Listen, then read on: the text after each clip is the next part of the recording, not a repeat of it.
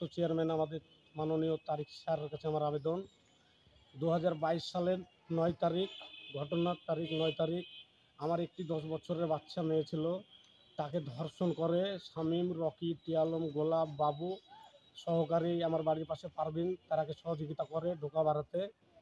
আমি থানায় যাই, তাদের 6 জনের নামে মামলা কোন করি। থানায়? কাশিয়াডাঙ্গা থানায় যেয়ে আমি মামলা করি তাদের নামে, 6 জনের নামে। সেখান থেকে 2 জনের নামে মামলা হয়, 4 জনের নাম বাদ দেওয়া দেয় কেটে। এটা কি কে করেছিল এটা? এটা মৌসুমী দারোগা মৌসুমী সুলতানা। আর এই ওসি ছিল কে? পারভেজ? ওসি ছিল মাসুদ পারভেজ। আচ্ছা। তাদের কাছে যে আমি মামলা করি, হুম। আমি মূর্খ মানুষ। আমার সাথে থানাতে বিশাল মারামারি, সেকেন্ড অফিসার ইমরান, মৌসুমী দারোগা তাদের নামে মামলা করার জন্য আমার সাথে বিশাল ধরনের মারামারি কেশাডাঙ্গা থানার ভিতরে।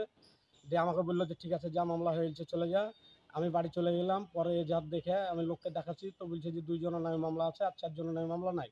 আমি আবার পাক খেয়ে দৌড়ে ওসি সাহেবের কাছে গেলাম, ওসি মাসুদ পারভেজের কাছে আবার থানায় গেলাম। আমাকে থানা থেকে বের করে দেওয়া হলো। আচ্ছা। তারপর আমি কোর্ট মহানগর জজ সাহেবের কাছে গেলাম, যে ঘটনা সব খুলে বললাম।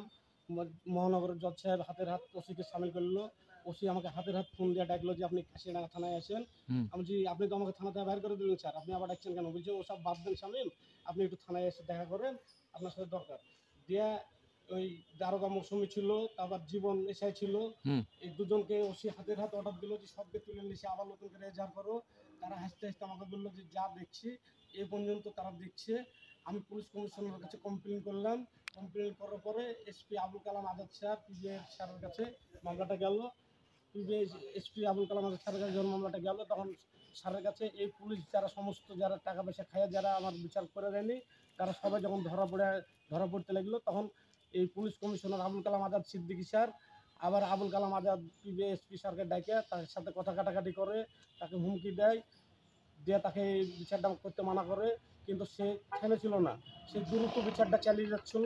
তাকে আমার মতো করে তাকে নির্যাতন করে, তাকে এখান থেকে ট্রান্সফার করে এখন যে বর্তমান যে চার্জশিটে যে এসপি মনির সাহেব দিয়েছেন, ইনি আবুল কালাম আজাদ সাহেব চলে যাওয়ার পরে এই ছিল পুলিশের ডিসি, একে পিবিআই এসপিতে বসানো হলো। তারপর একে ফোন দিলাম, দিয়ে ওর সাথে দেখা করতে গেলাম, উনি আমাকে পিবিআই অফিস থেকে কুত্তার মতো বাইর করে দিল। দেওয়ার পরে এই চার্জশিটটা উনি সই করে কোর্টে পাঠিয়ে দিল। আচ্ছা, তো নারী শিশু এক আদালতে তোমার মামলাটা বিচারাধীন আছে? জি, নারী শিশু এক আদালতের কাছে আমার বিচারের জন্য মামলাটা এসেছে। আমি আশা করছি যে নারী শিশু কোর্টের কাছে আমি মামলার বিচারটা পাবো। তুমি কি ওই চার্জশিটের এগেইনস্টে নারাজি দিয়েছো? হ্যাঁ, আমি চার্জশিটের এগেইনস্টে নারাজি দিয়েছি। আগামীকাল এই নারাজি দাখিলের ডেট আছে এই 2 তারিখে? রবিবারের ডেট আছে। মানে ফেব্রুয়ারি মাসের 2 তারিখে? ফেব্রুয়ারি মাসের 2 তারিখে আমার আচ্ছা, ডেট আছে। তো তোমার সুরতহাল রিপোর্টে দেখা যাচ্ছে যে ছেঁড়া একটু কাপড়ের অংশ উদ্ধার করা হয়েছে, এরকম লেখা আছে।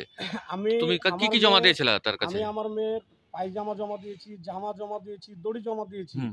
সেই সমস্ত আলামত এই জীবন মৌসুমী দারোগা তারা নষ্ট করে পিবিআইকে খালি একটা জামার টুকরা দেয় আর পায়জামাটা দেয়, বাকি সব আলামত তারা নষ্ট করে দেয়, এমনকি তারা গোপন করে লুকিয়ে রাখে।